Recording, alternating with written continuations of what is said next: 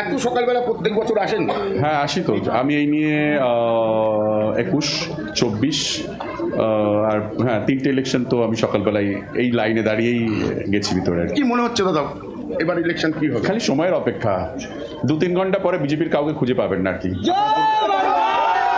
আপনারা দূরবীন দিয়ে খুঁজবেন, আমরাও খুঁজবো, কাউকে পাওয়া যাবে না। দেখুন এয়ারপোর্ট থেকে অলরেডি হেলিকপ্টারে স্টার্ট দিয়ে দিয়েছে, চার্টার ফ্লাইটের স্টার্ট দিয়ে দিয়েছে। খালি ওরা বিজেপি আবার কি, কারা আবার কি, যারা বাইরে থেকে এসছে, যারা উড়োজাহাজ নিয়ে এসছে এখানে বাংলা দখল করতে, 2 ঘন্টা পরে দেখবেন তত করতে উড়ে উড়েছে। চিন্তা করো না, জয় বাংলা। মমতা বন্দ্যোপাধ্যায় ছিল, আছে, থাকবে।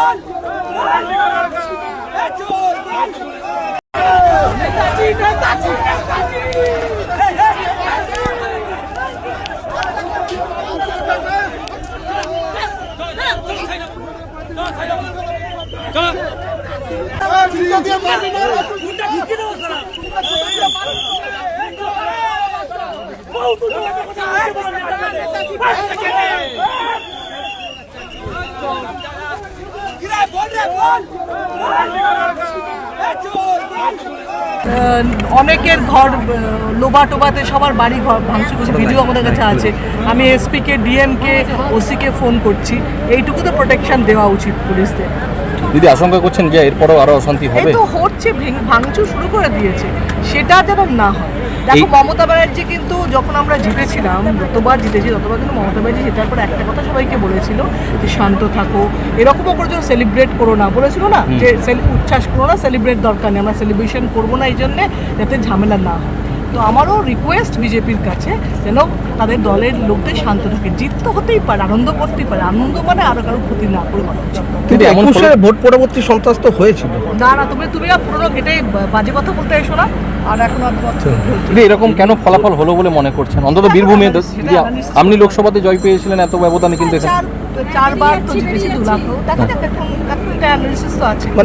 কোথাও কি দলের অন্তর্দ্বন্দ্ব রয়েছে? দেখতে হবে, সেগুলো এই মুহূর্তে বলা যাবে না, সব তো ভাবতে হবে, আলোচনা করতে হবে, বসতে হবে।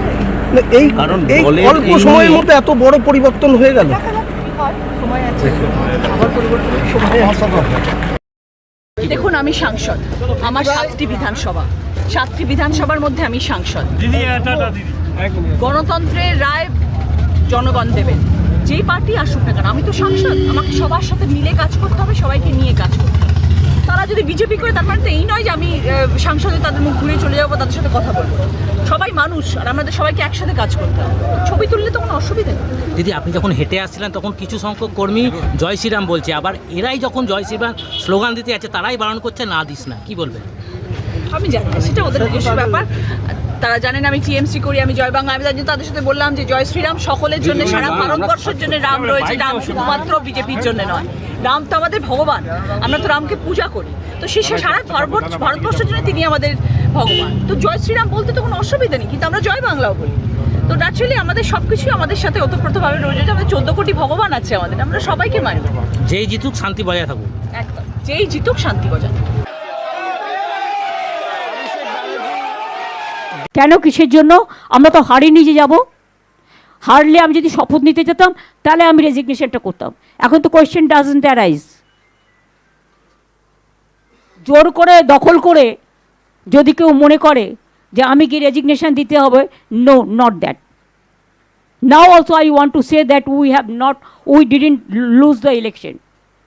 ইট is their forceful attempt Officially, they may, through election commission, can defeat us. But morally, I am telling you that we won the election. কি বলেছিলেন? শুনুন, রাজনীতিতে অমিত শাহ বলেছিলেন সবাইকে দড়িত করে ঝুলিয়ে পেটানো হবে। আগে তাকে জিজ্ঞেস করুন, তারপরে অভিষেক ব্যানার্জি উত্তর দেবে। আর প্রেসটা আমি করছি, অভিষেক ব্যানার্জি করছে না। যা জিজ্ঞেস করার আমাকে জিজ্ঞেস করুন। কোনো সন্ত্রাস হয়নি, সব মিথ্যে কথা। এনআইএ থেকে শুরু করে একটা চকলেট বোম ফাটালেও কতবার 355টা টিম পাঠিয়েছে বাংলায়। এখন হিউম্যান রাইটস কোথায়? শিডিউল ট্রাইব কমিশন কোথায়? উইমেন কমিশন কোথায়? চিলড্রেন কমিশন কোথায়? কোথায়? ঘুমোচ্ছে কুম্ভকর্ণের মতো নাক ডেকে?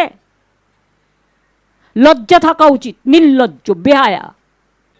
আমাদের প্রথম কথা হচ্ছে আমরা কিন্তু হারিনি। আমাদের 100 সিট জোর করে লুট করা হয়েছে।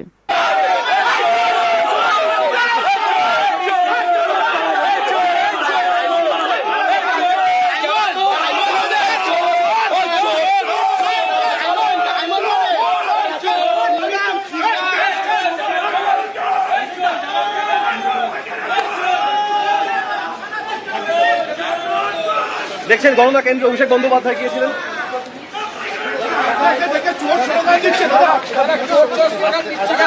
এটা বিজেপির সংস্কৃতি, অনেক উত্তেজিত হয় ওরা দিক আস্তে আস্তে আর এখনো 50% কাউন্টিং বাকি রয়েছে, প্রায় 2.5 কোটি ভোট এখনো কাউন্টিং বাকি রয়েছে। কিন্তু একটা সাধারণ মানুষ বলছে কি এটা কি ওয়েট করবো, কিন্তু যখন বলার নিশ্চিত মানে ফল যা হবে মাথা পেতে নেবেন, ফল যা হবে মাথা পেতে নেবেন নিশ্চিত হবে। মানুষের যা রায় হবে সমাজের সকলের উচিত সেটা মাথা পেতে নেবেন। কিন্তু যেভাবে স্লো কাউন্টিং হচ্ছে, এখনো অনেক বিধানসভা রয়েছে, এখন প্রায় 4:15 বাজে, 8.5 ঘন্টা ধরে কাউন্টিং চলছে। 8.5 ঘন্টা যেখানে 21 সালে প্রায় 90% কাউন্টিং কমপ্লিট হয়ে গেছিল, এখনো 4 round, 5 round, 6 round, 8 round counting হয়েছে, বাকি রয়েছে। তো আমি সকলকে অনুরোধ করব, ধৈর্য ধরুন। প্রত্যেকটা তৃণমূলের কাউন্টিং এজেন্টকে অনুরোধ করব যে কেউ কাউন্টিং ভেন্যু ছেড়ে বেরোবেন না, কাউন্টিং ভেন্যু ছেড়ে কেউ বেরোবেন না। বলুন, এটা বিজেপির সংস্কৃতি, এটা বিজেপির সংস্কৃতি। বলুন। আবার অনেকে বলছে কি যে দীর্ঘদিন ধরে বামফ্রন্টের পতন ঘটেছিল, যেভাবে দম্ভ, হুঁশিয়ারি, ঠিক একই রকম তৃণমূল দাম্ভিক হয়ে গেছিল, দম্ভ, হুমকি, শাসানি, তার পতন ঘটলো। আগে মানুষের রায় কমপ্লিট হোক, নিশ্চিতভাবে সে পর্যালোচনা কোথায় কি হয়েছে, কি খামতি রয়েছে সে হবে।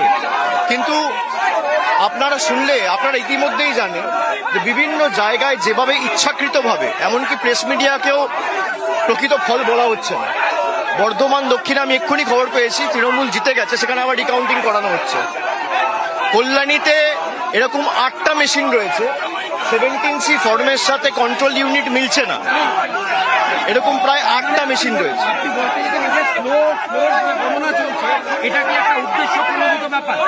সেটা মানুষ ঠিক করবে। দরকার হলে আমাদের আরো অপেক্ষা করতে হবে। এখনো পর্যন্ত এদের মুখের ভাষা শুনি, এই হচ্ছে বিজেপির সংস্কৃতি। একেবারে না, এক্ষেত্রে দাঁড়িয়ে এই ভাষা প্রসঙ্গে ডিজে বাজাবো বলা হয়েছিল, ভুল হয়েছিল ডিজে বাজানোর কথা। ডিজে বাজানো ভুল, ডিজে ভুল হয়েছে। ভুল ঠিকের ব্যাপার না, যারা বলেছিল উল্টো করে ঝুলিয়ে দেবো, আজকে সংস্কৃতি দেখছে বাংলার মানুষ।